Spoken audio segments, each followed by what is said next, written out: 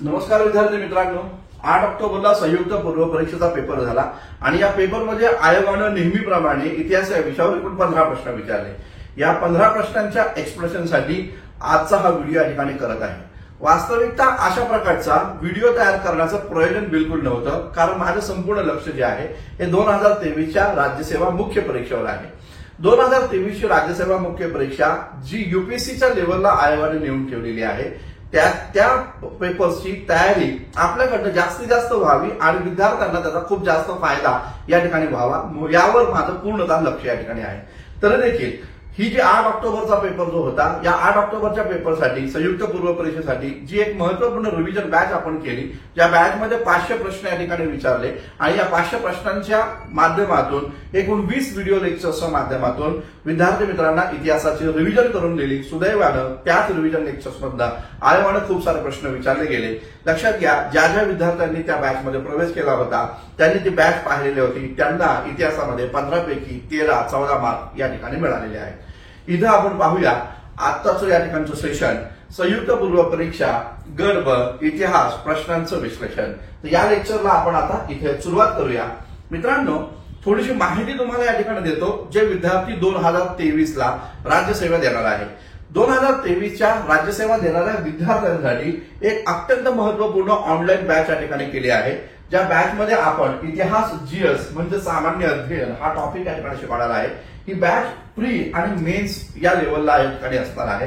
आयोगानं जो नव्यानं सुधारित अभ्यासक्रम दिलेला आहे त्या अभ्यासक्रमावर ही बॅच असेल, ज्यामध्ये आपण कला, संस्कृती, भक्ती चळवळ, आधुनिक जग आणि आधुनिक भारताचा इतिहास आपण इथे शिकवणार आहोत। विशेषतः राज्यसेवा पूर्व परीक्षेला जो एन्शियंट आणि मिडिवलचा पार्ट या ठिकाणी शिकवला जातो किंवा विचारला जातो तो पण आपण या बॅचमध्ये या ठिकाणी शिकवणार आहे, हे लक्षात असू द्या। या बॅचची जी फीज आहे ती या ठिकाणी 11,250 रुपये असेल, परंतु ही फीज तुम्हाला एक रकमी पे करायची नाहीये, तर तुम्हाला ती 4 टप्प्यांमध्ये म्हणजे 4 इन्स्टॉलमेंटमध्ये भरायची आहे। तर लक्षात घ्या, 2,886 रुपयाचा इन्स्टॉलमेंट पहिला हप्ता या ठिकाणी असेल आणि 2,886 रुपये असे 4 महिन्यांमध्ये आपल्याला या बॅचमध्ये या ठिकाणी पे करायचे आहेत। जे इंटरेस्टेड विद्यार्थी असतील त्यांनी ही बॅच जरूर या ठिकाणी इन्व्हॉल्व करून घ्या। याचबरोबर ज्या विद्यार्थ्यांना 2023 साठी इतिहास हा ऑप्शनल निवडायचा आहे त्या विद्यार्थ्यांसाठी देखील अत्यंत महत्त्वपूर्ण बॅच आपण इथे या ठिकाणी केलेली आहे। ही बॅच पण पूर्व आणि मेन्सच्या दृष्टिकोनातून इम्पॉर्टंट असणार आहे। यामध्ये आयोगाचे जे 2 पेपर आहे ऑप्शनलचे, पेपर 1 आणि पेपर 2, हे दोन्ही या ठिकाणी शिकवले जाणार आहे। आपल्याला माहिती आहे पेपर 1 प्राचीन आणि मध्ययुगीन भारताचा आहे, तर पेपर 2 जो आहे ज्यामध्ये मॉडर्न इंडिया आणि मॉडर्न वर्ल्ड या ठिकाणी आहे। हे दोन्ही पेपर व्यवस्थितरित्या पॉइंट टू पॉइंट या बॅचमध्ये या ठिकाणी शिकवले जातील। नोट्स देखील या ठिकाणी विद्यार्थ्यांना उपलब्ध करून दिले जातील आणि विशेषतः यूपीएससीच्या मागील वर्षाच्या प्रश्नांचा सराव देखील या बॅचच्या माध्यमातून केला जाणार आहे। बॅचची फीज जी आहे ही 22,500 रुपये आहे, परंतु एकदम पे करायचे नाही, 5 इन्स्टॉलमेंटमध्ये तुम्हाला ही फी या ठिकाणी पे करायची आहे। लक्षात घ्या, 4,818 रुपयाचा इन्स्टॉलमेंट आहे, असे 5 इन्स्टॉलमेंट तुम्हाला इथे या ठिकाणी पे करायचे आहे, जेणेकरून तुम्हाला फायनान्शियल बर्डन देखील या ठिकाणी येणार नाही। तर मित्रांनो, या 2 महत्त्वपूर्ण बॅच आहे। जे इंटरेस्टेड विद्यार्थी आहेत त्या विद्यार्थ्यांनी ही बॅच या ठिकाणी जरूर या ठिकाणी जॉईन करा। सुरू करूया आजचं महत्त्वपूर्ण सेशन, ज्यासाठी तुम्ही इथं जमलेला आहात। बघा, पहिलाच प्रश्न आयोगाने महाराष्ट्राच्या प्रबोधन चळवळीवर विचारलेला आहे।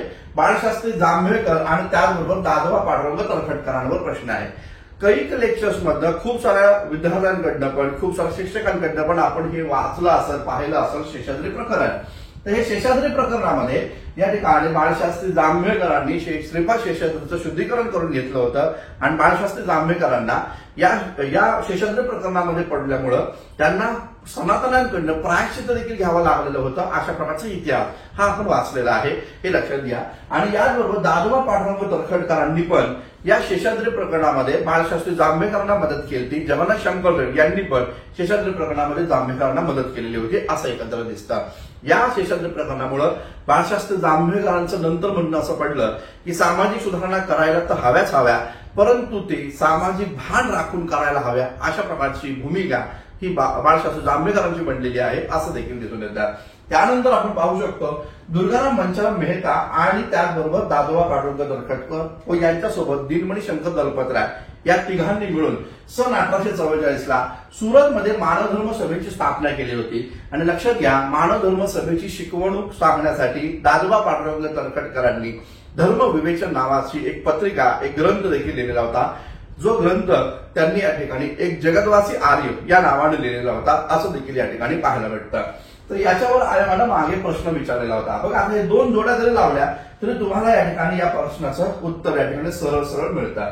आणि व्हॅलन ज्या एक आयरिश महिला या ठिकाणी आहेत, तर त्या आणि व्हॅलन ज्या आहेत त्यांनी सन 1898 दरम्यान या ठिकाणी सेंट्रल हिंदू कॉलेजची स्थापना केली आणि हे सेंट्रल हिंदू कॉलेजचं रूपांतर पुढे जाऊन बनारस हिंदू विश्वविद्यालयामध्ये झालेलं आहे 1916ला, असं एकंदर दिसतं। हे विद्यालय उभं करण्यामध्ये पंडित मदन मोहन मालवीय यांचा देखील मोठा सहभाग राहिला आणि विशेषतः बडोद्याचे महाराजे सयाजीराव गायकवाड आणि त्याचबरोबर कोल्हापूरचे राजे राजेश्री छत्रपती शाहूजी महाराज यांनी मोठ्या प्रमाणात आर्थिक सपोर्ट किंवा या महाविद्यालयाला केलेला होता, असं देखील या ठिकाणी पाहायला भेटतं। 1916ला जेव्हा बनारस हिंदू विद्यालय निर्माण झालं त्या समारंभाला महात्मा गांधी देखील उपस्थित होते आणि या समारंभामध्ये ॲनी बेलन आणि महात्मा गांधी यांच्यामध्ये थोडीशी शाब्दिक चकमक देखील झाली होती, असं देखील पाहायला भेटतं। केशवचंद्र सेन जे आहे हे नॉर्मल स्कूल व व्हिक्टोरिया इन्स्टिट्यूटची स्थापना या ठिकाणी करताना आपल्याला एकंदरीत दिसून येतात। यती फडक्यांच्या पुस्तकामध्ये आपण या दोन संदर्भात दोघांमध्ये म्हणजे जांभेकर आणि पांडुरंग तर्खडकर यांच्याबद्दलची माहिती खूप डिटेलमध्ये या ठिकाणी पाहायला भेटेल। खंड क्रमांक 1 मध्ये महाराष्ट्राचे प्रबोधन चळवळ ती दिलेली आहे, कथा स्वातंत्र्यामध्ये दिलेली आहे। त्यामुळे हा प्रकारचा प्रश्न बऱ्याचशा विद्यार्थ्यांना खूप जास्त सोपा या ठिकाणी गेलेला असत। यापूर्वी पण PYQs वर खूप सारे प्रश्न यांच्या संदर्भात आयोगाने विचारलेले होते। नेक्स्ट क्वेश्चन आपण पाहूया, गोपाळ गणेश आगरकरांशी पुढीलपैकी कोणते वृत्तपत्र संबंधित होते? आता बघा, बऱ्याच विद्यार्थ्यांना या ठिकाणी एक प्रश्न असा पडला की केसरी आणि मराठा, केसरीचे संपादक आगरकर आणि मराठा वर्तमानपत्राचे संपादक लोकमान्य टिळक होते। मग केसरी आणि मराठा हा ऑप्शन कसा काय राईट असेल, अशा प्रकारच्या विद्यार्थ्यांनी प्रश्न विचारले, परंतु ते तसं नाहीये। लक्षात घ्या, आयोगानं प्रश्न काय विचारलाय की कोणती वृत्तपत्रे किंवा कोणती वृत्तपत्रे संबंधित होते, आगरकर कोणत्या वर्तमानपत्राचे संपादक होते असा प्रश्न नाही। प्रश्न आहे आगरकर कोणत्या वर्तमानपत्रांशी संबंधित होते हे लक्षात घ्या। आता इथे पाहू शकतो आपण की केसरीचे संपादक तर आगरकर होते नक्कीच आहे, परंतु मराठा या वर्तमानपत्रामध्ये पण आगरकरांनी लिखाण केलेलं आहे, हे पण लक्षात असू द्या। हा महत्वपूर्ण मुद्दा।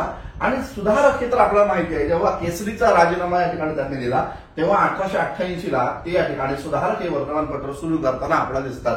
तर या दोन ऑप्शन संदर्भामध्ये तर कोणालाच डाऊट नव्हता। परंतु वराड समाचार जर आपण पाहिलं तर लक्षात घ्या, कथा स्वातंत्र्याची नेहमी लक्षात ठेवा, संयुक्त पूर्व परीक्षेला सामोरं जात असताना 1 महिना आधी तुम्हाला कथा स्वातंत्र्याचे पुस्तक वाचावंच लागेल, हे लक्षात घ्या। कारण आयोग थेट त्या पुस्तकातनं प्रश्न या ठिकाणी विचारत असतो। वराड समाचार बद्दलची माहिती तुम्हाला कथा स्वातंत्र्याच्या पुस्तकामध्ये या ठिकाणी पाहायला भेटेल। हे पुस्तक जे आहे ते खंडेराव फडके यांनी वराड प्रांतातून सुरू केलेलं होतं, वराड समाचार। आणि जेव्हा आगरकर अकोल्यामध्ये होते तेव्हा ते या ठिकाणी वराड समाचार या वर्तमानपत्रामध्ये लिखाण करत होते, हे लक्षात घ्या। आपल्याला माहिती आहे आगरकर अत्यंत गरीब कुटुंबामध्ये जन्माला आलेली ही व्यक्ती आहे की ज्यांनी शालेय शिक्षण घेत असतानाच या ठिकाणी नोकरी केलेली आहे, विविध प्रकारच्या स्कॉलरशिप मिळवलेले आहेत, विविध वर्तमानपत्र नियतकालिकांमध्ये लेख लिहिलेले आहेत आणि त्यातून त्यांनी आपली उपजीविका चालवलेली आहे आणि शिक्षण पूर्ण केलेलं आहे, असं एकंदर दिसतं। त्यामुळे पाहायला जर भेटलं तर आपल्याला हे 3 वर्तमानपत्रांमधनं आगरकर लिखाण करताना दिसून येतात, ते या 3 वर्तमानपत्रांशी संबंधित राहिलेले आहेत, हे पण याकडे लक्षात घ्या। स्वराज्याचं मात्र काय आहे ते समजून घ्या। स्वराज्य हा जे वर्तमानपत्र आहे याच्याबद्दलची माहिती ही आपल्याला यती फडक्यांचं खंड क्रमांक जो 2 आहे त्याच्यामध्ये या ठिकाणी तुम्हाला मिळून जाईल, ज्यामध्ये बंगालची फाळणी आणि बंगालच्या फाळणीची नंतर स्वदेशी चळवळ जी जन्माला आली त्या स्वदेशी चळवळीमध्ये एक अत्यंत महत्वपूर्ण वर्तमानपत्र होतं, त्याचं नाव होतं स्वराज्य, जे शांती स्वरूप भटनागर यांनी या ठिकाणी सुरू केलेलं होतं। या वर्तमानपत्राचं वैशिष्ट्य असं राहिलं की याचे जे संपादक होते या प्रत्येक संपादकाला इंग्रजांनी अटक केलेली आहे आणि नंतर 8वे संपादक जे होते त्यांनी स्वराज्य वर्तमानपत्रामध्ये एक जाहिरात देखील दिली। त्या जाहिरातीमध्ये असं म्हटलं गेलं की या ठिकाणी की हे वर्तमानपत्र चालवण्यासाठी संपादक हवे आहे ज्याला पगार 2 कोरड्या रोट्या मिळेल आणि 1 थंडगार पाण्याचा ग्लास मिळेल आणि प्रत्येक संपादकीय लेखाबद्दल 10 वर्षाचा तुरुंगवास देखील मिळेल, अशा प्रकारची जाहिरात ही स्वराज्य वर्तमानपत्राच्या संदर्भात संपादकांच्या संदर्भात केलेली होती असं दिसतं. 1895 ला आगरकरांचं निधन झालं आणि त्यामुळे स्वराज्य या वर्तमानपत्राशी त्यांचा काही संबंध या ठिकाणी नव्हता, हे लक्षात असू द्या. या प्रकारचा हा प्रश्न बऱ्याचशा विद्यार्थ्यांनी राईट आन्सर या ठिकाणी दिलेला आहे. नेक्स्ट क्वेश्चन जो आहे हा सांप्रदायिक राजकारणावर आधारित आहे. लक्षात घ्या, सांप्रदायिक राजकारणामध्ये सर सय्यद अहमद खानची भूमिका खूप इम्पॉर्टंट आहे.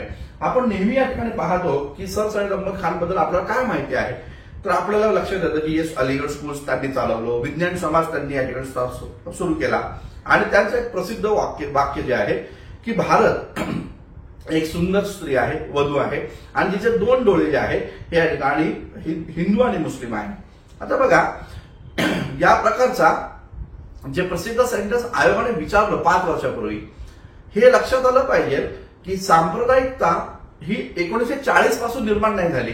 1940 ला बॅरिस्टर जिनानं जी 2 नेशन थिअरी मांडली तिथून सांप्रदायिकता निर्माण नाही झाली.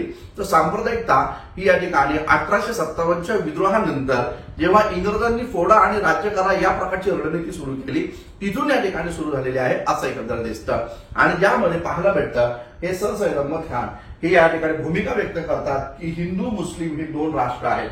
आता पहा, बॅरिस्टर जिनाने 40 ला 2 नेशन थिअरी मांडली, पण त्या 40च्या 2 नेशन थिअरीचा उगम हा सर सय्यद अहमद खान पासून झालेला आहे, हे लक्षात घ्या. त्यामध्ये ते म्हणतात की हिंदू आणि मुस्लिम ही 2 राष्ट्र आहेत, ती केवळ 2 राष्ट्र नसून ते विरोधी राष्ट्र आहेत, या प्रकारची भूमिका ते मांडताना आपल्याला या ठिकाणी दिसून येतात. पहिला पर्याय जरी या ठिकाणी आला तरी या प्रश्नाचं राईट आन्सर या ठिकाणी मिळतात. थिओडोर बेक जर आपण इथं पाहिला तर या थिओडोर बेकच्याच प्रोत्साहनामुळे युनायटेड इंडियन पेट्रियाटिक असोसिएशनची स्थापना 1888 ला झाली, जी काँग्रेसला विरोध करणारी होती आणि भारतीय मुस्लिमांना काँग्रेसपासून रोखण्यासाठी स्थापन झालेली होती. भारतीय राजभक्त सभा जिचं मराठीमध्ये आहे. तर ते जे प्राचार्य बेग आहे त्यांनी फोडा आणि झोडा हे धोरण हिंदुस्थानात अंमलात आणलं पाहिजे, या प्रकारची भूमिका इथं मांडल्याचं दिसून येतं. आणि मग महात्मा गांधींच्या सविनय कायदेभंग चळवळीवर जिना या ठिकाणी या प्रकारचं विधान करतायत. कारण आपल्याला माहिती आहे जिना सुरुवातीला काँग्रेसचे सदस्य राहिले. 1906 ला काँग्रेस त्यांनी जॉईन केले. 1922 पर्यंत ते काँग्रेसचे सदस्य होते. लखनौ करारामध्ये त्यांची महत्वपूर्ण भूमिका होती. लोकमान्य टिळकांचं निधन जेव्हा झालं त्यावेळेस पण बॅरिस्टर जिना तिथं उपस्थित होते. त्यांनी खांदा देखील टिळकांच्या या प्रकारच्या टिळकांना या ठिकाणी दिलेला आहे असं देखील दिसून येतं. तर पाहायला भेटतं की बॅरिस्टर जिना जे आहेत ते 1922 पर्यंत काँग्रेस सोबत राहिलेले आहेत. मात्र 1922 ला काँग्रेसचा त्यांनी राजीनामा दिला आणि त्यानंतर ते काँग्रेसचे विरोधक बनलेले आहेत. इथं आपल्याला पाहायला भेटतं की हे सविनय कायदेभंग चळवळ म्हणजे त्या ठिकाणी मुसलमानांना हिंदू महासभेच्या वर्चस्वाखाली आणण्याचा प्रयोग आहे, या प्रकारची भूमिका बॅरिस्टर जिना इथे व्यक्त करतात. तर सावरकर भारताला मातृभूमी मांडणाऱ्यांना भारत देश आहे अशा प्रकारची भूमिका इथे या ठिकाणी मांडताना दिसून येतात. बॅरिस्टर जिनांच्या 2 नेशन थिअरीला हा सावरकरांच्या या ठिकाणी केलेलं प्रत्युत्तर होतं असं देखील पाहायला भेटतं. आपल्याला माहिती आहे जेव्हा फाळणीचा कालखंड होता 1938 पासून सावरकर जे आहे हे हिंदू महासभेचे राष्ट्रीय अध्यक्ष देखील होते आणि त्यावेळेस त्यांनी महत्वपूर्ण भूमिका या ठिकाणी या संदर्भात घेतलेली होती असं देखील या ठिकाणी दिसतं. तर या प्रकारचे हे 4 महत्वपूर्ण सेंटेन्स ही 4 महत्वपूर्ण नावं आयोगानं इथं विचारली. बऱ्याचशा विद्यार्थ्यांनी या प्रकारचा प्रश्न योग्य पद्धतीने सोडवलेला आहे, नो डाऊट त्याबद्दल. पुढे पाहूया काँग्रेसचे अधिवेशन. आता पहा, जे कोण एमपीएससीचे अभ्यास करणारे विद्यार्थी आहेत आणि ज्यांना इतिहास हा विषय या ठिकाणी अभ्यासायचा आहे त्या प्रत्येक विद्यार्थ्यांनी या प्रश्नाचं योग्य उत्तर लिहिलेलं असेल त्याबद्दल कसल्याही प्रकारची शंका नाही. कारण काँग्रेसचे अधिवेशन करताना किमान पहिले 5 अधिवेशन तोंडपाठ असले पाहिजे हे महाराष्ट्रातला नव्हे तर भारतातला प्रत्येक शिक्षक त्या ठिकाणी सांगत असतो. महाराष्ट्रातल्या पण शिक्षकांनी सांगितलं, तुम्ही ते ऐकलं, पाठ केली आणि त्यानंतर हा प्रश्न राईट लिहिलेला आहे. त्याचं काही मी एक्सप्लेनेशन देत बसत नाही. प्रथम काँग्रेसचे अधिवेशन आपल्याला माहिती आहे मुंबईमध्ये झालं. भूमेश्वर बॅनर्जी या ठिकाणी होते जे धर्माने ख्रिश्चन होते. यांना नखशिखांत इंग्रज देखील म्हटलं जातं. एकूण 9 प्रस्ताव त्यांनी सादर केलेले आहेत असं एकंदरीत पाहायला भेटतं. हेच ते आहे ज्यांनी सेफ्टी वॉल थिअरी सर्वप्रथम या ठिकाणी मांडलेली आहे. दुसरं काँग्रेस अधिवेशन जे आहे हे दादाभाई नौरोजी यांच्या अध्यक्ष या ठिकाणी होते, कलकत्तामध्ये झालं. तिसरं काँग्रेस अधिवेशन मद्रासमध्ये झालं. बदरुद्दीन तय्यबजी हे अध्यक्ष होते आणि त्याचबरोबर जे अधिवेशन आहे 88चं ते या ठिकाणी 4थं अधिवेशन अलाहाबादमध्ये झालं, ज्याचे अध्यक्ष जॉर्ज युले या ठिकाणी होते असं एकंदरीत दिसतं. पर्याय नंबर 2 हे या प्रश्नाचं राईट आन्सर आहे. प्रत्येकाचा बरोबर आहे, त्यामुळे याचं एक्सप्लेनेशन काय देत बसण्यात वेळ घालवत नाही. पुढचा प्रश्न पाहूया. भारताच्या दळणवळण क्षेत्राच्या विकासासाठी कोणते विधानं बरोबर आहेत, या प्रकारचा प्रश्न इथं विचारलेला आहे. आता या प्रश्नाबद्दल थोडासा गोंधळ बऱ्याचशा लोकांच्या ठिकाणी उडालेला आहे. तरी पण इथं लक्षात घ्या, या प्रश्नाच्या संदर्भामध्ये आपल्याला अचूक पर्यायापर्यंत कसं पोहोचता येऊ शकतं हे मी तुम्हाला इथं नक्की या ठिकाणी सांगेन. आता हे तर सर्वांना माहिती आहे, सार्वजनिक बांधकाम खाते म्हणजेच पीडब्ल्यूडी ची स्थापना ही 1854 या ठिकाणी लॉर्ड डलहौसीच्या काळामध्ये झालेली आहे. पीडब्ल्यूडी डिपार्टमेंट जे आलं किंवा पीडब्ल्यूडी आलं त्या ठिकाणी लॉर्ड डलहौसीच्या काळामध्ये आलेलं आहे, नो डाऊट त्याबद्दल. सेंटेन्स दुसरं काय आहे, लॉर्ड कॉर्नवॉलिस आणि जॉन शोरच्या काळात रस्त्यांच्या बांधकामास मोठी चालना मिळाली. आता बघा, जे जे कोण आपल्याला मला फॉलो करतायत, माझे नोट्स पाहतायत, माझे लेक्चर्स या ठिकाणी पाहतायत, तर त्या विद्यार्थ्यांना मी नेहमी या ठिकाणी सांगितलंय की रस्ता परिवहन विभाग जो बनला तो लॉर्ड हेस्टिंगच्या काळामध्ये बनला 1813ला. लॉर्ड हेस्टिंगच्या काळामध्ये रस्ता परिवहन विभाग बनला आणि त्या रस्ता परिवहन विभागासाठी लॉर्ड हेस्टिंगनं क्वार्टर मास्टर जनरल या नावाचं पद निर्माण केलं, क्वार्टर मास्टर जनरल. परंतु लॉर्ड हेस्टिंगचा जो कालखंड होता हा या काळामध्ये रस्ते परिवहन विकासाची स्थापना जरी झाली असली तरी त्याच्या संदर्भामध्ये कोणतंही विशेष कामगिरी या ठिकाणी झाली नाही. आणि म्हणून मग पाहायला असं भेटतं की या संपूर्ण काळामध्ये की लॉर्ड डलहौसी आणि जॉन शोरचा कालखंड हा खूप आधीचा कालखंड आहे, त्यामध्ये तर रस्त्याचा विशेष नव्हता. तर लॉर्ड हेस्टिंग पासून खऱ्या अर्थानं रस्त्यांबद्दल काम, रस्ते पक्के रस्ते बनले गेले पाहिजे याचा विचार इंग्रजांना आला, म्हणजे 1813 नंतर आलेला आहे, लक्षात घ्या. आणि मग यामध्ये पाहायला भेटतं की रस्ते परिवहन विकास जो आहे किंवा पक्के रस्ते बांधण्याचं काम जे झालं तर लॉर्ड डलहौसीच्याच काळामध्ये झालं. पाहायला भेटतं त्या ठिकाणी लॉर्ड डलहौसीच्याच काळात जे पीडब्ल्यूडीची स्थापना झाली तिथून खऱ्या अर्थानं पक्के रस्ते निर्माण करण्याची भूमिका 1854 पासून आलेली आहे असं एकंदर दिसतं. आणि त्यामुळं हा तर सबस्टेट या ठिकाणी चुकीचा प्रश्न आहे, हे या ठिकाणी इथे लक्षात घ्या, सबस्टेट चुकीचा आहे. आता बघा, तुम्हाला हे दोन प्रश्न वाचल्यानंतर बी ऑप्शन जिथे दिसतोय ते उत्तर नाही, पेपरला तुम्ही शुअर झालेला आहात. म्हणजे विधान बी कुठं आहे, तर विधान बी इथं आहे, विधान बी इथं आहे आणि विधान बी इथं आहे. म्हणजे 3 विधान या ठिकाणी तुम्ही इथे खोडू शकता आणि मग जे उरतं ते तुमचं उत्तर या ठिकाणी असणार आहे. आता इथं म्हणजेच काय, रेल्वेच्या सुरुवातीच्या काळात ब्रॉड गेजचे मार्ग बांधण्यात आले आणि नागपूर परिषदेनं 20 वर्षांसाठी रस्ता सुधार योजना या ठिकाणी केली. तर आता सी पण चुकीचाच आहे, कारण दिलेल्या पर्यायांमध्ये तशा प्रकारचं ऑप्शन या ठिकाणी नाही आणि म्हणून लगेच तुमचं उत्तर हे या ठिकाणी ए आणि डी या प्रकारचं असलं पाहिजे, हे या ठिकाणी लक्षात घ्या. प्राथमिक इन्फॉर्मेशन ही. दुसरा महत्वपूर्ण मुद्दा या ठिकाणी सांगेल की नागपूर परिषदेमध्ये जे काही 20 वर्षांसाठी रस्ता सुधार योजना या ठिकाणी आली, हा इतिहासाच्या पुस्तकांमध्ये माझ्या वाचण्यात आलेला नाही. ठीक आहे, हा मुद्दा जो आहे हा इतिहासाच्या पुस्तकात माझ्या वाचण्यामध्ये आलेला नाही. नागपूर परिषद ही कोणती आहे, कोणत्या संदर्भामध्ये आहे ते काय माझ्या वाचण्यात आले नाही. तरी पण आपण लक्षात घ्या, अभ्यास जर आपण बघितलं, ज्ञान जर बघितलं तर ज्ञानाचा अथांग सागर आहे आणि त्या ज्ञानाच्या अथांग सागराचा प्रत्येक घोट तुम्हाला प्यायचाच असं नाही, लक्षात घ्या. स्पर्धा परीक्षा देतोय, इलिमिनेशन मेथडनुसार जी माहिती आतापर्यंत आपल्याला मिळालेली आहे त्या माहितीच्या आधारावर आपल्याला योग्य उत्तरापर्यंत पोहोचायचे, हाच अप्रोच विद्यार्थ्यांनी ठेवला पाहिजे, हे लक्षात घ्या. आणि त्यामुळं जर पर्याय ए माहिती आहे नक्की हेच उत्तर आहे आणि बी माहिती आहे की नक्की हे नाहीये, तर बाकीचे इलिमिनेट करता येतात आणि त्यानुसार ए आणि डी हे याचं योग्य उत्तर आहे, हे या ठिकाणी लक्षात घ्या. या प्रकारचा आपल्याला पाहायला भेटेल या प्रकारचं उत्तर. नेक्स्ट क्वेश्चन लगेच आपण या ठिकाणी पाहूया नेक्स्ट क्वेश्चन. तर बघा, क्वेश्चन क्रमांक 6 हा आपल्याला या ठिकाणी पाहायला भेटेल. तर याच्यामध्ये आपल्याला काय बरं दिलेलं आहे, प्रश्न जो आहे 6 तो काय आहे तो पाहूया आपण. आता यामध्ये दिलेलं आहे 1 नोव्हेंबर 1886 रोजी स्थापन झालेल्या ईस्ट इंडिया असोसिएशन संस्थेचा उद्देश काय होता. आता ईस्ट इंडिया असोसिएशन जर आपण इथं पाहिली तर सगळ्यांना माहिती आहे ईस्ट इंडिया असोसिएशन जी आहे दादाभाई नौरोजींनी स्थापन केली. याच्या आधी लंडन इंडिया असोसिएशन नावाचं संघटन होतं. 1865 ला लंडन इंडिया असोसिएशन होतं आणि नंतर त्याचं रूपांतर ईस्ट इंडिया असोसिएशन 1866 ला झालेलं आहे, हे या ठिकाणी लक्षात असू द्या. आता याचा उद्देश काय होता अशा प्रकारचा प्रश्न या ठिकाणी पाहायला भेटतो. आता बघा, धार्मिक शिक्षण तर विशेष नाही, कारण ही एक राजकीय संघटना आहे. म्हणजे काँग्रेसची स्थापना होण्याआधी लंडनमध्ये स्थापन झालेली ही संघटना 1860 म्हणजे राजकीय संघटना या ठिकाणी होती, एक लक्षात घ्या. त्याचबरोबर स्त्री शिक्षण, मला सांगा, सामाजिक आणि धार्मिक हा विषय याचा नाही, हे तर नक्की झालं. सामाजिक आणि धार्मिक विषय नाही हे नक्की झालं.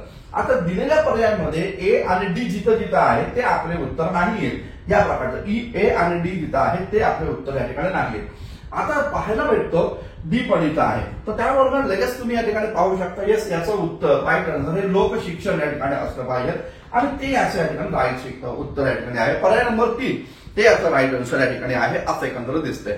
आता लोकशिक्षण म्हणजे काय नेमकं, काय ह्याचा उद्देश नेमका होता लक्षात घ्या. लंडन इंडिया सोसायटी नावाचं एक संघटन हे स्थापन झालं होतं फिरोजशाह मेहतानं, बदरुद्दीन तय्यबजी, दादाभाई नौरोजींच्या प्रेरणेनं स्थापन केलेलं होतं.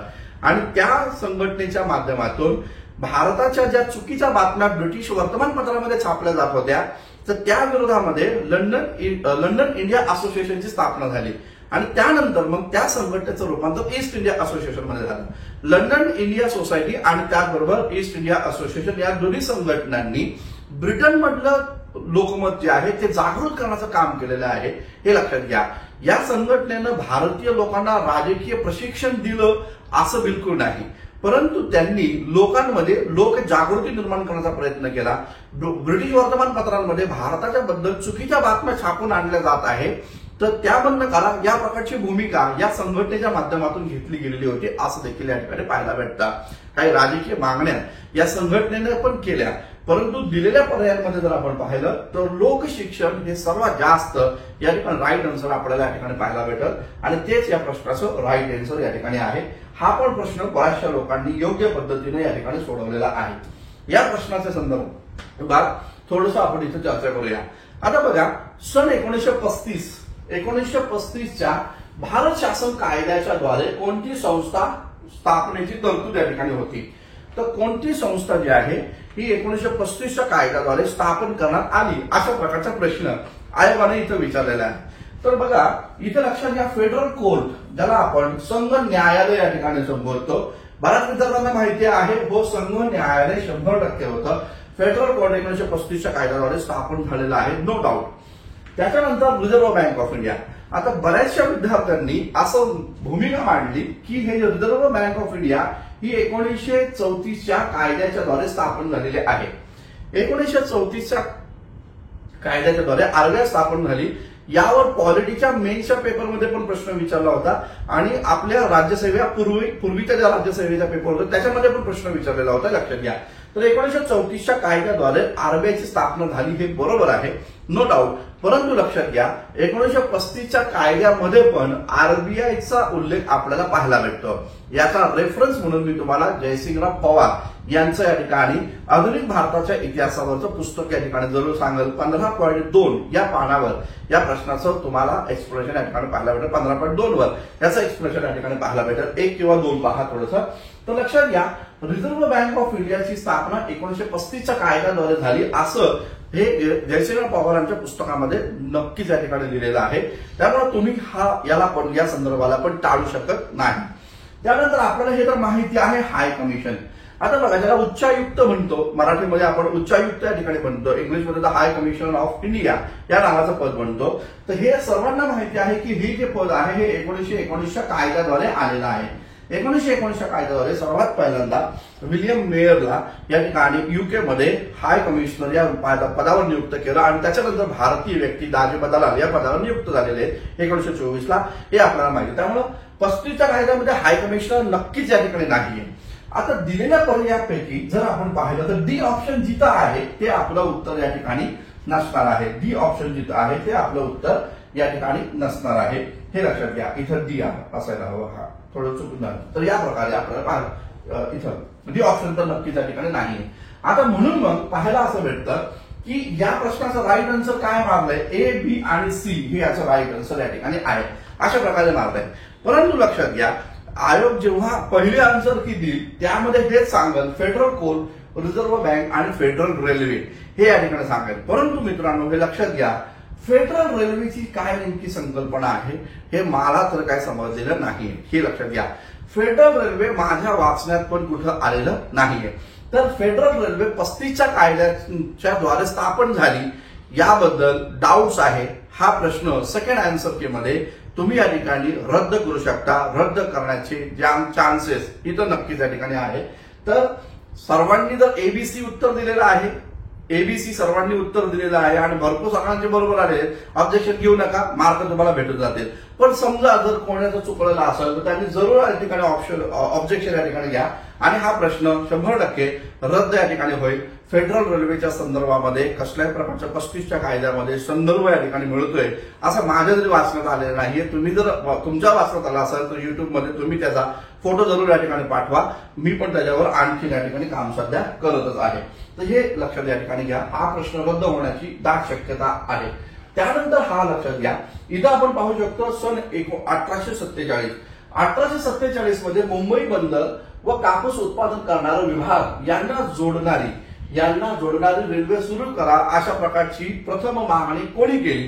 तर हा जो प्रश्न आहे, हा प्रश्नाचं पण मी तुम्हाला हे सांगेल की मी 15पैकी 15चा दावा या ठिकाणी केला नाही. का बरं केला नाही तर याच प्रश्नामुळे, कारण हा प्रश्न माझ्या पण वाक्यामधला नाहीये. मी तुम्हाला नक्की सांगेल की तेव्हाच सांगेल जर का मी या प्रश्नाबद्दल कोणत्या पुस्तकामध्ये वाचलं असेल.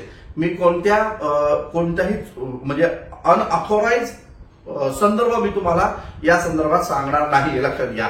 आपल्याकडे जे आहे ते संदर्भ ग्रंथांच्या आधारावरच मी या ठिकाणी तुमच्याशी बोलत असतो.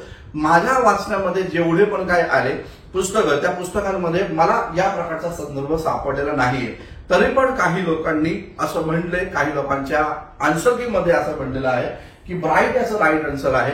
असू शकतं, त्याला नाही असं म्हणत नाही मी, परंतु त्यांनी तशा प्रकारचा संदर्भ पण या ठिकाणी द्यायला हवा.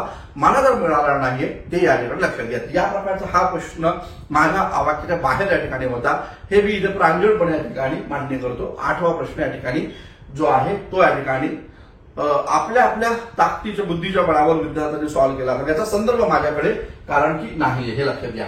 त्यानंतर आपण इथे पाहूया हा प्रश्न जो आहे 9वा प्रश्न, त्याबद्दल आपण इथे चर्चा करूया. आता इथं बघा मुंबई गिरणी कामगार संघटना, हे सोपे प्रश्न आपल्याला माहिती असले पाहिजे की मुंबई गिरणी कामगार संघटना सन 1880 आहे. ती या ठिकाणी नारायण मेघाजी लोखंड यांनी स्थापन केलेली आहे. अहमदाबाद टेक्सटाईल लेबर असोसिएशन हे महात्मा गांधी यांनी या ठिकाणी यांनी केलेली आहे. याच अहमदाबाद टेक्सटाईल लेबर असोसिएशनचं रूपांतर पुढे मजूर महाजन सभेमध्ये या ठिकाणी करण्यात आलेलं आहे असं एकंदर दिसतं. मद्रास लेबर युनियन जी भारतामधली अत्यंत महत्वपूर्ण संघटना ट्रेड युनियन आहे की जिचे सदस्य नोंदणीकृत या ठिकाणी होते. पहिली संघटना आहे देशामधले की ज्या संघटनेनं कामगारांचे सदस्यत्व नोंदणी केलेली आहे असं एकंदर दिसतं. आता बीपी वाडिया हे लक्षात असू द्या. आणि हे तर आपल्याला माहिती आहे ऑल इंडिया ट्रेड युनियन काँग्रेसची स्थापना, आयटकची स्थापना झाली, त्याचे अध्यक्ष लाला लजपत राय या ठिकाणी होते. हे सोपे प्रश्न आहेत, हे सर्वांना या ठिकाणी जमलेले आहेत, याबद्दल काही डाऊट्स या ठिकाणी कोणाच्या मनात बिलकुल नाहीये. त्यानंतर बघा इथं जर आपण पाहिलं तर इंडिया हे वर्तमानपत्र, आता याचा संदर्भ मी तुम्हाला जरूर या ठिकाणी सांगेन. इंडिया या वर्तमानपत्राचा संदर्भ तुम्हाला हे या ठिकाणी पाहायला भेटतो विविध प्रकारच्या पुस्तकात. आणि विशेष म्हणजे इथं लक्षात घ्या, इयत्ता 11वीचं पुस्तक कायम लक्षात ठेवायचं. 11वीचा पुस्तक हा आपला या ठिकाणी महत्वपूर्ण पुस्तक मानलं जाईल, कारण त्यामध्ये महाराष्ट्राच्या इतिहासासंदर्भात राष्ट्र चळवळीबद्दल खूप छान माहिती दिलेली आहे. तर त्याच्यामध्ये व्हॉइस ऑफ इंडिया आणि इंडिया या दोन्ही वर्तमानपत्राचा संदर्भ या ठिकाणी पाहायला भेटतो. इंडिया हे जे वर्तमानपत्र जे होतं, जे 1889ला ब्रिटिश इंडिया कमिटीची स्थापना झाली, त्याचं मुखपत्र होतं आणि त्या मुखपत्राचे संपादक दादाभाई नौरोजी हे या ठिकाणी होते, लक्षात असू द्या.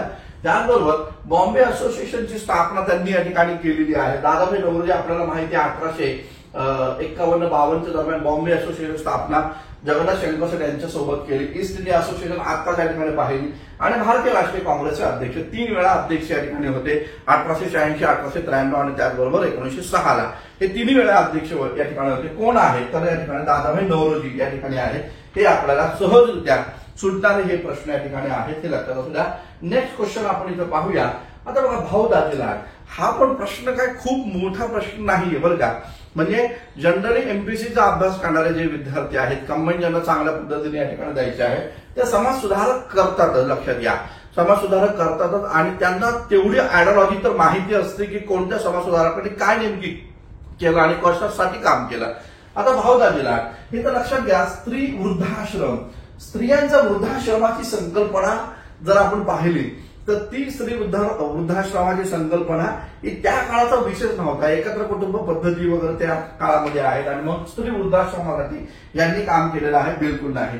भाऊ दाजी लाड जर का सामाजिक भेदभावाचे पुरस्कर्ते असते तर त्यांनी सामाजिक सुधारणा चळवळीमध्ये कामच केलं नसतं. त्यामुळे हा पण ऑप्शन या ठिकाणी नाहीये. आणि त्याचबरोबर ख्रिस्ती धर्म, मला सांगा, या भाऊ दाजी लाड यांनी परमहंस सभेचं सदस्यत्व होतं यांच्याकडे, त्यांनी ते नंतर सोडलं पण ख्रिश्चन धर्माचा प्रभाव त्यांच्यावर नव्हता. लक्षात घ्या, ख्रिश्चन धर्माचे जर पुरस्कर्ते असते तर बाबा पद्मजींसारखं त्याने धर्मांतर केलं असतं. मात्र भाऊ दाजी लाड यांनी धर्मांतर या ठिकाणी केलेलं आहे. नीतिवर्धक सभा ही त्यांची स्थापन झालेली संघटना आहे, ज्यामध्ये त्यांनी समाजामध्ये नीतिमत्ता स्थापन व्हावी यासाठी प्रयत्न केल्याचं दिसतात. म्हणजे तिन्ही ऑप्शन एलिमेंट होतात, तिन्ही नाहीये. मग राईट आन्सर विधवा पुनर्विवाह आहे. आपल्याला माहिती आहे अनेक पुस्तकांमध्ये, आपण माझ्या नोट्समध्ये पण आणि बाकीच्या पुस्तकांमध्ये पण तिथं तुम्हाला या ठिकाणी भाऊ दाजी लाड यांच्याबद्दलची माहिती मिळत. स्त्री शिक्षणाचे पुरस्कर्ते होते, विधवा पुनर्विवाहाचे पुरस्कर्ते होते. त्या काळात मोठी चळवळच उभी राहिली होती ना. सतीचा तो कायदा बनला, त्यानंतर 1830ला मुंबई प्रांतामध्ये तो बनला आणि त्यानंतर विधवा पुनर्विवाहाची चळवळ ईश्वरचंद्र विद्यासागरच्या माध्यमातून बंगालमध्ये आली आणि त्यानंतर ती महाराष्ट्रामध्ये या ठिकाणी आलेली आहे असं दिसतंय. आणि म्हणून मग विधवा पुनर्विवाह हे याचं राईट आन्सर, प्रत्येकाला या ठिकाणी याचं राईट आन्सर हे सोडवता आलेलं आहे. नो डाऊट त्याच्याबद्दल. तर भाऊ दाजी लाड हे या ठिकाणी विधवा पुनर्विवाह या ठिकाणचे पुरस्कर्ते या ठिकाणी. हा प्रश्न जो आहे हा संथालांच्या संदर्भातला प्रश्न खूप इम्पॉर्टंट आहे. जेव्हा राष्ट्रपती भारताच्या मुर्मू या ठिकाणी बनल्या, राष्ट्रपती मुर्मू जेव्हा बनल्या तेव्हाच या ठिकाणी लक्षात आलं होतं की किमान 2 वर्ष येणाऱ्या स्पर्धा परीक्षांमध्ये संथाल विद्रोहाबद्दलची माहिती या ठिकाणी विचारणार आहे. आता बघा, काहींना असं वाटतं खूप डीप मध्ये विचारलाय प्रश्न, उत्तर दिलेच बरोबर सर्वांनी, पण खूप डीप मध्ये प्रश्न विचारलेला आहे असं वाटत असेल तर तितकंच डीप मध्ये हा प्रश्न या ठिकाणी होता असं नाहीये, लक्षात ठेवा. इथं आपण पाहू शकतो काय नेमकं आहे. जर संदर्भ ग्रंथ योग्य पद्धतीने वाचली तर तुम्हाला ते प्रश्न सॉल्व्ह होतील. आता बघा, मी हे नक्की या ठिकाणी दावा करतो की कंबाईनचा हा जो पेपर आहे हा 2023च्या राज्यसेवा पूर्व परीक्षेची रंगीत तालीमात होती. का बरं? कारण आयोगानं तुम्हाला आता 2023 कडे शिफ्ट केलेलं आहे आणि 2023चे संदर्भ ग्रंथ वाचा असं या पुस्तकांच्या माध्यमातून किंवा या प्रश्नांच्या माध्यमातून सांगितलेलं आहे. संथालांचा प्रश्न हा त्याच लेवलचा या ठिकाणी आहे, हे लक्षात घ्या. तर बघा काय दिलेलं आहे. संथालांच्या आर्थिक शोषणाची माहिती पंजाब रिव्ह्यू मध्ये या ठिकाणी आलेली. आता बघा, पंजाब रिव्ह्यू काय विषय आहे. पंजाब रिव्ह्यू कधी पाहिलं का हे, कधी ऐकलं का? तर कधीच नाही ऐकलं. मग कधीच नाही ऐकलं तर मग आयोगाने इथं काय नेमकी मेक करून ठेवली आहे ते तरी माहिती असलं पाहिजे. आता बघा, लक्षात घ्या, संथाल कुठं आहे तर आपल्याला मी म्हणजे माझ्या लेक्चर्समध्ये मी शिकवताना सांगतो, एनसीईआरटी मधनं शिकवताना सांगतो. एनसीईआरटीच्या पुस्तकामध्ये दिलेलं आहे एका व्यक्तीचं नाव फ्रान्सिस बुकानन. जो फ्रान्सिस बुकानन हा लॉर्ड वेलेस्लीचा शल्यचिकित्सक होता आणि त्यानं बंगाल प्रांतातल्या राजमहल टेकड्यांचा दौरा केला आणि राजमहल टेकड्यांचा दौरा केल्यानंतर त्यानं अशी माहिती दिली की 1780ला इंग्रजांनी राजमहल टेकड्यांच्या पायथ्याशी संथाल या आदिवासी जमातीला आणलं आणि त्यानंतर या संथालांना सांगितलं तुम्ही दर 10 वर्षांनी ही जी राजमहल टेकड्याची जी भूमी आहे ती शेतीच्या लागवडीखाली आणा आणि ही जी जमीन आहे, जी काही जमीन शेतीच्या लागवडीखाली येईल ती जमीन ही या ठिकाणी संथालांची जमीन असेल, म्हणजे ती दामीन एक कोह असेल. या प्रकारची भूमिका या ठिकाणी त्या फ्रान्सिस बुकानननं मांडलेली आहे. त्या फ्रान्सिस बुकानननं ज्या ग्रंथामध्ये किंवा ज्या टिपणामध्ये आपली मतं मांडली त्या टिपणाला म्हणतात कलकत्ता रिव्ह्यू, ना की पंजाब रिव्ह्यू, हे लक्षात घ्या. तर त्या फ्रान्सिस बुकानन नाव नाही दिलं आयोगानं, पण हे लक्षात घ्या, फ्रान्सिस बुकानननं कलकत्ता रिव्ह्यू दिलेला आहे आणि त्या कलकत्ता रिव्ह्यू मध्ये या प्रकारच्या संथालांच्या शोषणाबद्दलची माहिती दिली आहे की इंग्रजांनी कशा प्रकारे संथालांचं शोषण या ठिकाणी केलेलं आहे. या प्रकारची माहिती देतो फ्रान्सिस बुकानन. या प्रकारे आता संथाल आहे बंगालच्या प्रांतात आणि पंजाब रिव्ह्यू कशाला दिलं जाईल? जर लिहिलं गेलं तर बंगाल रिव्ह्यू, कलकत्ता रिव्ह्यू इथल्याच रिजनचं नाव असेल ना. तर हे लक्षात घ्या. आता कलकत्ता रिव्ह्यू मधनं या ठिकाणी दिलेली होती माहिती. तर संथालांच्या आर्थिक शोषणाची माहिती कलकत्ता रिव्ह्यू मधनं दिलेली आहे, हे लक्षात घ्या, ना की पंजाब रिव्ह्यू मधनं. आयोगाने फक्त कलकत्ताच्या ऐवजी पंजाबचं नाव टाकलेलं. एक मुद्दा, संथालांनी सत्याचे राज्य स्थापन करण्याचा निर्णय घेतला. येस, संथालांचं राज्य म्हणजे सत्ययुग आणण्याचा प्रयत्न होता. काय होता? तर सतयुग जे आहे, सतयुग आणण्याचा प्रयत्न या ठिकाणी होता. त्यांचं असं म्हणणं होतं की हे इंग्रज जे आहेत या इंग्रजांनी भारताचं शोषण केलं, आम्हा आदिवासी लोकांच्या जमिनी हडप केल्या आम्ही पुन्हा या ठिकाणी आमच्या पूर्वजांचं राज्य या ठिकाणी आणू, सत्याचं युग आम्ही आणू, ज्या काळामध्ये आमचे पूर्वज लोक जे खूप जास्त शक्तिशाली होते आणि त्यांच्या काळात आमचं राज्य हे सतयुगाचं होतं, तर ते सतयुग म्हणजे सत्याचं युग आणण्याचा आम्ही या ठिकाणी प्रयत्न करू, सत्याचं राज्य आणण्याचा प्रयत्न करू, या प्रकारची भूमिका त्यांनी घोषित केली. एकदम बरोबर आहे. संथालांचा पुढारी कान्हू विश्वासघातानं पकडला गेला. आपल्या सर्वांना माहिती आहे की संथाल विद्रोह जो होता, हा संथाल विद्रोह त्याचे दोन महत्वपूर्ण नेते होते. एक होता सिधो आणि दुसरा होता कान्हू. सिधो आणि कान्हू, आता हे लक्षात घ्या, आपल्याला पाहण्याबद्दल थेटपणे या ठिकाणी मी तुम्हाला संदर्भात या ठिकाणी सांगेल. तो जो सिधो जो होता, सिधो म्हणून आपण त्याला, तो सिधो जो होता त्याला इंग्रजांनी या ठिकाणी विश्वासघातानं या ठिकाणी पकडलेला आहे आणि त्या सिधोला 1855 या ठिकाणी पकडून त्याला या ठिकाणी मारून टाकलेला आहे, लक्षात घ्या. परंतु संथालांचा पुढारी जो कान्हू होता, हा कान्हू मात्र इंग्रजांच्या हाती लागलेला नाहीये. इंग्रजांच्या हाती तो खूप उशिरा लागला. कधी लागला तर लक्षात घ्या, 1885 ला तो या ठिकाणी लागलेला आहे असं एकंदर दिसतं. तर संथालांचा पुढारी इथं कान्हूच्या ऐवजी सिधो पाहिजे होतं, तो सिधोला विश्वासघाताला पकडलेला आहे आणि मग त्याला त्याची या ठिकाणी शिक्षा दिलेली आहे. मात्र कान्हू कधी आहे 1885 ला इंग्रजांच्या हाती सापडला, नंतर मग त्याला या ठिकाणी शिक्षा या ठिकाणी दिलेली आहे असं एकंदर दिसतं. तर विश्वासघाताने पकडलेला कोण आहे, तो सिधो आहे, हे लक्षात घ्या. ओमॅली या अधिकाऱ्यानं संथालांच्या चळवळीचा वृत्तांत दिलेला आहे. हे पण काही बरोबर विधान या ठिकाणी आहे, हे पण या ठिकाणी बरोबर विधान आहे. आता पाहायला भेटतं बरोबर विधानं कोणती आहेत, तर बी आणि डी बरोबर आहे. इथं आयोगाने विचारलेलं चुकीचं विधान कोणतं, तर मग याचा राईट आन्सर काय आहे, तर ए आणि सी हे चूक आहे आणि हे चूक आहे, हे लक्षात घ्या. ए आणि सी चूक आहे, हे लक्षात असू द्या. आता मुद्दा असा आहे की सर ही माहिती आयोगाने कोणत्या पुस्तकातनं घेतली. मी तुम्हाला हेच सांगतोय की 2023 ची रंगीत तालीम आहे. आतापर्यंत आपण जी संदर्भ ग्रंथ वाचत होतो ती संदर्भ ग्रंथ तर आता डोक्यात आली असं की एवढ्या वर्षाच्या तयारीमध्ये आता बिपिन चंद्रांच्या पुस्तकाकडे जावा. बिपिन चंद्रांच्या पुस्तकातला पान क्रमांक 18-19, बिपिन चंद्रांच्या पुस्तकातला पान क्रमांक पहिला धडा आहे, पान क्रमांक 18 आणि 19. या 18-19 या पान क्रमांकावर संथाल विद्रोहाबद्दल 1.5 पानाची माहिती आहे. ती 1.5 पानाची माहिती वाचा. त्या 1.5 पानाच्या माहितीमध्ये हे सगळी माहिती तुम्हाला मिळून जाईल, हे लक्षात घ्या. कान्हू कधी पकडला गेला, सिधो कधी पकडला गेला, ही सगळी माहिती तुम्हाला या ठिकाणी आहे, हे लक्षात असू द्या. तर कलकत्ता रिव्ह्यू आहे ते पंजाब रिव्ह्यू नव्हे. फ्रान्सिस बुकाननचं नाव तुम्हाला एनसीआरटी मध्ये पाहायला या ठिकाणी मिळणार आहे. एनसीआरटी मध्ये पण हा संदर्भ या ठिकाणी पाहायला भेटतो. ओमॅलीचं नाव वगैरे या ठिकाणी पाहायला भेटतं. तर हा संदर्भ तो या ठिकाणी आहे.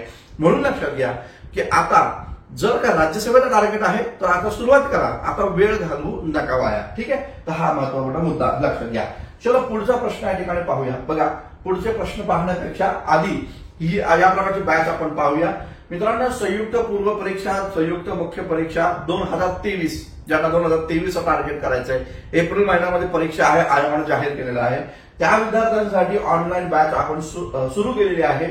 ही PSI, STI, ASO, एक्साइज जी तयारी करणारे विद्यार्थी, ज्यामध्ये आधुनिक भारत, आधुनिक महाराष्ट्र, समाज सुधारक हे तिन्ही घटक या ठिकाणी शिकवले जाणार आहे. बॅच या ठिकाणी इथं क्लिअर झालेली आहे. काही लेक्चर्स पण या ठिकाणी घेतलेले आहेत. सुरू झालेली बॅच, तर तुम्ही या ठिकाणी या बॅच मध्ये लवकरात लवकर प्रवेश करा. बॅचची फीस जर आपण इथं पाहिली तर ती या ठिकाणी फीस आहे 2,500 रुपये. 2,500 रुपये एकदम मला देऊ नका, द्यायची गरज नाही. तर 2,500 रुपये तुम्ही 3 इन्स्टॉलमेंट मध्ये मला या ठिकाणी द्या. 855 रुपये दर महिन्याला, असे 3 महिने मला या ठिकाणी द्या. ही बॅचचा कालावधी एकूण 6 महिन्याचा असेल, म्हणजे बॅच संपल या महिन्यामध्ये. परंतु बॅच तुम्ही या ठिकाणी 6 महिने या ठिकाणी पाहू शकता. 180 दिवसांची व्हॅलिडिटी असेल आणि विशेषतः कोणतंही लेक्चर कितीही वेळा या ठिकाणी पाहू शकता. या प्रकारची संधी तुम्हाला आहे. पुढची परीक्षा व्यवस्थित द्यायची असेल, व्यवस्थित काम करायचं असेल तर ही बॅच जरूर या ठिकाणी तुम्ही जॉईन करून घ्या. 855 रुपये या बॅचची फीज या ठिकाणी तुम्हाला पहिल्यांदा प्रवेश घेताना या ठिकाणी लागेल. तर स्टार्ट करूया आपण त्यानंतरचा महत्वपूर्ण सेशन. पहा, आता बघा, हा जो 13वा प्रश्न आहे, हा प्रश्न व्यवस्थित मला तुम्हाला समजावून सांगायचा आहे. तो या ठिकाणी जरूर मी तुम्हाला सांगण्याचा प्रयत्न करतोय.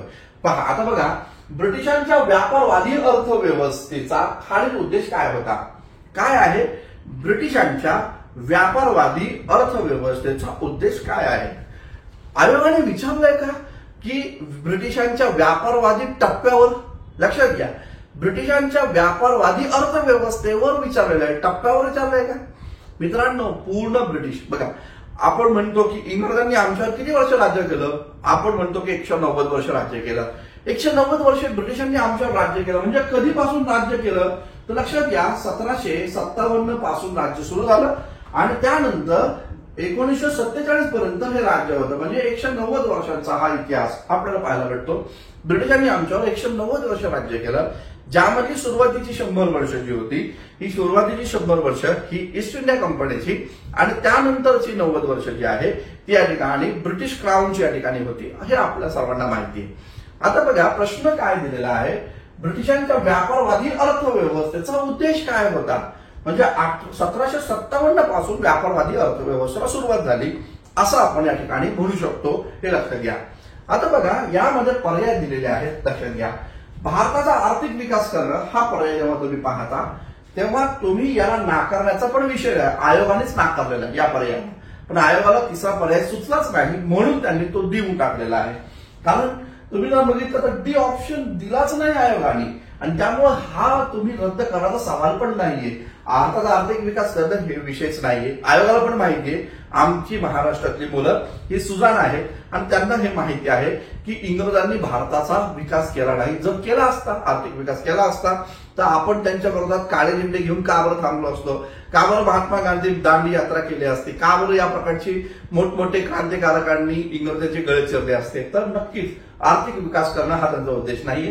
पर्यायामध्येच आयोगानं स्वतःच मंजूर केलं नाही, आम्हाला काही सुचलं नाही म्हणून दिलेलं आहे. खरा मुद्दा राहतो तो या 3 मुद्द्यांवर, लक्षात घ्या. व्यापारी स्पर्धा नको, जास्तीत जास्त नफा कमवणं आणि आर्थिक घटकांवर नियंत्रण. आता हे लक्षात घ्या, हे 3 आयोगाने या 3 मुद्द्यांवर या ठिकाणी पर्याय दिले आणि याच्यामध्ये गफलत अशी करून ठेवली, अशी गंमत करून ठेवलेली. तर इथं पाहायला भेटतं व्यापारी स्पर्धा नको आणि जास्तीत जास्त नफा आणि आर्थिक घटक. कोणताही ऑप्शन तुम्ही चेक करा, या ऑप्शन मध्ये ए, बी आणि सी असं ऑप्शन नाहीये. ए, बी, सी असं ऑप्शन नाही, तर ए आणि बी आहे, बी आणि सी आहे अशा प्रकारचं ऑप्शन या ठिकाणी आणि त्याचबरोबर केवळ सी आहे अशा प्रकारचं ऑप्शन आहे. आता नीट समजून घ्या, व्यापारवादी. आता बरेचसे लोक अशा प्रकारची भूमिका मांडतायत की हा जो प्रश्न आहे हा मुक्त अर्थव्यवस्थेशी संबंधित प्रश्न आहे.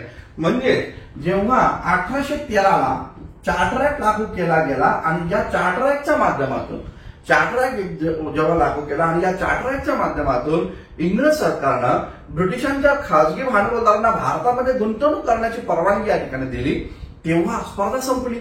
अशा प्रकारचा उद्देश काही लोकांनी डोळ्यासमोर ठेवून या प्रश्नाचं उत्तर दिलेलं आहे. विद्यार्थी सर्वात जास्त कन्फ्युजन या प्रश्नामध्ये या ठिकाणी झाले आणि या प्रश्नासाठी मला खूप जास्त विद्यार्थ्यांनी फोन या ठिकाणी केलेले, हे लक्षात घ्या. आता बघा, हे तर नक्की आहे की ब्रिटिश व्यापारवादी अर्थव्यवस्थेचे एकूण 3 टप्पे पडतात, ज्यामध्ये 1857 पासून 1813 पर्यंत, 1813 पासून 1858 पर्यंत आणि 1858 पासून 1947. नो डाऊट माहिती आहे सर्वांना, हे माहिती. आणि हे सर्वात पहिल्यांदा कोणी सांगितलं? तर हे सर्वात पहिल्यांदा रजनी पाल्म दत्त यांनी सांगितलं. रजनी पाल्म दत्त हे कोण होते? हे मोठे साम्यवादी लीडर होते, ज्यांनी ब्रॅडले सोबत एक करार केला, ज्याला दत्त ब्रॅडले करार म्हणलं जातं. आणि त्यांनी एक ग्रंथ प्रकाशित केला सन 1940ला, ज्या ग्रंथाचं नाव होतं इंडिया टुडे. इंडिया टुडे आज पण पुस्तक बाजारांमध्ये या ठिकाणी भेटतं. तर ते इंडिया टुडे जे महत्वपूर्ण पुस्तक आहे, जे 1940ला प्रकाशित झालं, त्याच्यामध्ये इंग्रजांचा आर्थिक इतिहास त्यांनी दिलेला आहे रजनी पाल्म दत्तांनी. आणि त्यांनी तिने सांगितलं की ब्रिटिश अर्थव्यवस्थेचा, ब्रिटिश व्यापारवादी अर्थव्यवस्थेचे एकूण 3 टप्प्यामध्ये आपण पाहू शकतो. 1757 ते 1813, 1813 ते 1858 आणि 1858 पासून 1947 असे 3 टप्पे आहेत, त्यांनी सांगितलेलं आहे. लक्षात घ्या, या रजनी पाल्म दत्त यांच्या इंडिया टुडे या पुस्तकाचा आधार घेऊन ग्रोवर आणि ग्रोवर हे पुस्तक तयार झालं. आणि ग्रोवर अँड ग्रोवर या पुस्तकामध्ये पाहायला भेटतं पान क्रमांक 412 किंवा 13, पान क्रमांक 12 किंवा 13 यामध्ये माहिती दिलेली आहे. आणि ज्यामध्ये 412-13 मध्ये माहिती दिली आणि ज्यामध्ये काय दिलं, 12-13 नव्हे तर यस, तर पान क्रमांक 442-43 बघा, पान क्रमांक 442-43. ग्रोवर बेल्लेकर नका बघू, तर ग्रोवर अँड ग्रोवर जे हिंदीमधले पुस्तक येतं, जे युपीएससीचे स्टुडंट या ठिकाणी रेफर करतात, तर त्यामध्ये पान क्रमांक 442-43 या ठिकाणी वाचून घ्या व्यवस्थित. त्याच्यामध्ये भूमिका अशी सरळ सरळ दिलेली आहे. इंडिया टुडे या पुस्तकामध्ये पण दिलेली आहे. काय भूमिका आहे? भूमिका अशी आहे की ब्रिटिशांच्या व्यापारवादी अर्थव्यवस्था जी आहे, तर त्या व्यापारवादी अर्थव्यवस्थेचे एकूण 3 उद्देश होते. त्या व्यापारवादी अर्थव्यवस्थेचे एकूण 3 उद्देश होते. त्यातला पहिला उद्देश नीट समजून घ्या, व्यापारी स्पर्धा नको. त्यातला पहिला उद्देश होता व्यापारी स्पर्धा नको. आता बऱ्याच विद्यार्थ्यांनी म्हटले की 1813ला व्यापारी स्पर्धा नष्ट झाली. अरे भाऊ, पण हे जे 1813 प्रश्न विचारलाच नाही. 1813 मुक्त अर्थव्यवस्था विषय हा आहे, नक्की आहे, परंतु हा प्रश्न ओव्हरऑल ब्रिटिशांच्या अर्थव्यवस्थेवरचा प्रश्न आहे. बरं मला सांगा, ब्रिटिशांची अर्थव्यवस्था जर का 1757 स्टार्ट झाली, बरं का, आता या 1757ला ब्रिटिशांच्या व्यापारवादी अर्थव्यवस्थेला सुरुवात झाली असं आपण म्हणूया. कारण 1757ला प्लासी विजय हा ब्रिटिश राज्यकर्त्यांचा भारताचा पहिला विजय आहे. मग जर का 1757ला प्लासीपासनं इंग्रजांची सत्ता भारतात स्थापन झाली, मला सांगा 1759ला बेदरा युद्ध झालं आणि 1760ला वॉर्निवासो युद्ध झालं. आता मला तुम्ही सांगा की 1759ला बेदरा युद्ध होण्यामागचं कारण काय आणि 1760ला वॉर्निवासो युद्ध होण्यामागचं कारण काय? 1759च्या युद्धात इंग्रजांनी बेदरा युद्धाच्या माध्यमातून डचांचा पराभव केला. 1760 साली इंग्रजांनी फ्रेंचांचा पराभव वॉर्निवासो युद्धामध्ये केला. मी तर असं म्हणालो की इंग्रज राज्यकर्ते डचांचा आणि त्याचबरोबर फ्रेंचांचा पराभव त्यांनी केला कारण त्यांना भारतामध्ये प्रतिस्पर्धी नको होता. त्यांना भारतामध्ये व्यापारी स्पर्धा नको होती. मला सांगा ना, फ्रेंच आणि डच हे भारतामध्ये व्यापार करण्यासाठीच तर आले होते ना भाऊ लोक. मग जर का ते भारतामध्ये व्यापार करण्यासाठीच आले होते, तर मग व्यापारी स्पर्धा नको म्हणून तर इंग्रजांनी डचांचा आणि फ्रेंचांचा पराभव केला ना. हे नक्की आहे ना, हे लक्षात आलं पाहिजे आपल्याला. आणि त्यामुळं व्यापारी स्पर्धा नको हे राईट आन्सर आहे. दुसरं महत्वपूर्ण बघा, आता तुमच्याच मुद्द्यावर मी या ठिकाणी इथं येतो, विद्यार्थ्यांच्या मुद्द्यांवर म्हणतोय मी. विद्यार्थी मला फोन करून म्हणताय 1813चा चार्टर ऍक्ट मुक्त अर्थव्यवस्थेशी संबंधित आहे. हे नक्की आहे की 1813ला ईस्ट इंडिया कंपनीची मोनोपोली समाप्त झाली. ईस्ट इंडिया कंपनी जी आहे, या ईस्ट इंडिया कंपनीचा एकाधिकार समाप्त झाला. त्याचा परिणाम काय झाला तर खासगी भांडवलदारांना, ब्रिटन मधल्या खासगी भांडवलदारांना भारतात व्यापार करण्याची परवानगी मिळाली. हे नक्की आहे, नो डाऊट. म्हणजे आता कंपनी पण व्यापार करते, ब्रिटन मधले खासगी भांडवलदार पण भारतात व्यापार करत आहे, नो डाऊट. मला सांगा, यांनी 1813 नंतर भारताच्या डिइंडस्ट्रियलायझेशनला सुरुवात केली, भारताच्या अनौद्योगिकरणाला सुरुवात केली. हे विधान सत्य आहे का? हे विधान 100% सत्य आहे. त्यासाठीच तर रेल्वे, रस्ते, बाकीच्या भौतिक सुविधा या ठिकाणी केल्या. मला सांगा, त्यांना भारतातील उद्योगधंदे नष्ट करण्याची आवश्यकता का बरं भासत होती? कारण व्यापारी स्पर्धा नको. भारतातले छोटे मोठे कारागीर, छोटे मोठे उद्योगधंदे, लघु उद्योग, कुटीर उद्योग हे ब्रिटिशांच्या व्यापार पेठेशी स्पर्धा करत होते ना, किंवा ब्रिटिशांच्या व्यापाराशी स्पर्धा करत होते. ती नको म्हणून तर डिइंडस्ट्रियलायझेशन केलं ना. हे लक्षात घ्या, हे कळलं पाहिजे आपल्याला. अनौद्योगिकरण का बरं झालं? बरं, अनौद्योगिकरणाला सुरुवात तर 1813 पासून झाली, हे तर नक्की. मग 1813 नंतर जर अनौद्योगिकरणाला सुरुवात झालेली आहे भारतात, ब्रिटिशांनी भारतातल्या कुटीर उद्योग, लघु उद्योगाला नष्ट केलं, तर मग मला सांगा, तुम्ही हा ऑप्शन कसा काय नाकारता भाऊ लोक? व्यापारी स्पर्धा नको हे ब्रिटिशांच्या अर्थव्यवस्थेचा प्रमुख उद्देश होता. त्यांनी आधी तर विदेशी व्यापाऱ्यांना रोखलं आणि त्यानंतर देशी व्यापाऱ्यांना पण त्यांनी या ठिकाणी रोखण्याचं काम या ठिकाणी केलेलं आहे. म्हणून तर त्यांनी अनौद्योगिकरण भारताचं केलेलं आहे, असं एकंदर दिसतं. हे लक्षात घ्या. दुसरा मुद्दा, जास्तीत जास्त नफा कमावणं सर्वांचं बरोबर आहे, एकदम बरोबर, नो डाऊट. कंपनीचा उद्देशच राहिला भारतातील जास्तीत जास्त संपत्ती आपल्या मायदेशात नेणं आणि स्वतः श्रीमंत या ठिकाणी होणं, हा उद्देश होता, नो डाऊट. आता बघा, इथं काय आर्थिक घटकांवर नियंत्रण. तर इथं जर इंग्लिशमध्ये आपण जर पाहिलं तर या ठिकाणी इंग्लिशमध्ये जर आपण इथं पाहिलं तर तिथं दिलेलं आहे to control on economic factors, to control on economic factors. आता लक्षात घ्या, तिथं आयोगानं काय केलं, तिथं इकॉनॉमिक फॅक्टर वापरण्याऐवजी तिथं पॉलिटिकल फॅक्टर जर वापरला असता तर तो जास्त योग्य असता, हे लक्षात घ्या. तर काय, तर आर्थिक घटकांवर नियंत्रण नाही तर राजकीय घटकांवर नियंत्रण. राजकीय घटकांवर नियंत्रण का? कारण की व्यापारवादाला चालना मिळू शकते जर भारताचं राजकारण ताब्यात घेतलं तर. या प्रकारचं आहे. पेज नंबर 442-43 सरळ वाचून घ्या. प्रकाश या ठिकाणी पडेल. लक्षात घ्या, आर्थिक घटकांवर नियंत्रण हे या ठिकाणी हा ऑप्शन का नाही, तर तिथं आयोगानं काय केलं, तर राजकीय नियंत्रणाच्या ऐवजी आर्थिक नियंत्रण, आर्थिक घटकांवर, पॉलिटिकल फॅक्टर्सवर नियंत्रणापेक्षा त्यांनी आर्थिक घटकांवर नियंत्रण हा मुद्दा इथं आणलेला आहे. दिलेल्या ऑप्शन मध्ये आपल्याला एबीसी कुठंच नाही. जर एबीसी असतं तर आपण त्याला पण जबरदस्ती करून या ठिकाणी सँक्शन म्हणजे तो राईट आहे असं केलं असतं. परंतु पर्यायामध्ये बी, ए बी आणि बी सी असं आहे. त्यामुळे लक्षात घ्या, ए आणि बी हे राईट आन्सर आहे. याला तुम्ही नाकारू शकत नाही. व्यापारी स्पर्धा नको हे बिलकुल नाही. इंग्रजांनी शेवटपर्यंत भारतातल्या उद्योगपतींना साथ पण दिली नाही. आपण कितीतरी वेळा वाचलेलं आहे, कितीतरी वेळा ऐकलेलं आहे. ब्रिटिशांच्या राजवटीमध्ये भारतीय उद्योगपती बडे होतील असं उद्योगपतींना पण वाटत नव्हतं. हे लक्षात घ्या.